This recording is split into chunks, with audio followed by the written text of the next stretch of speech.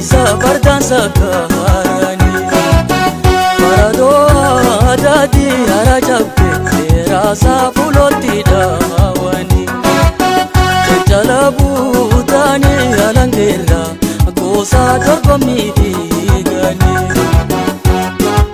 Gurjana jale morma dubrar rabule Ilangodi gadin tae martu marime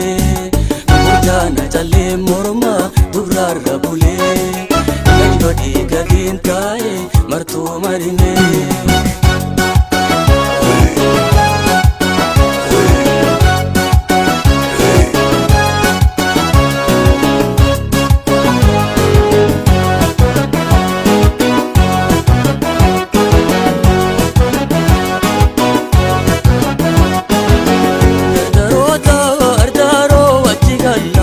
Aduro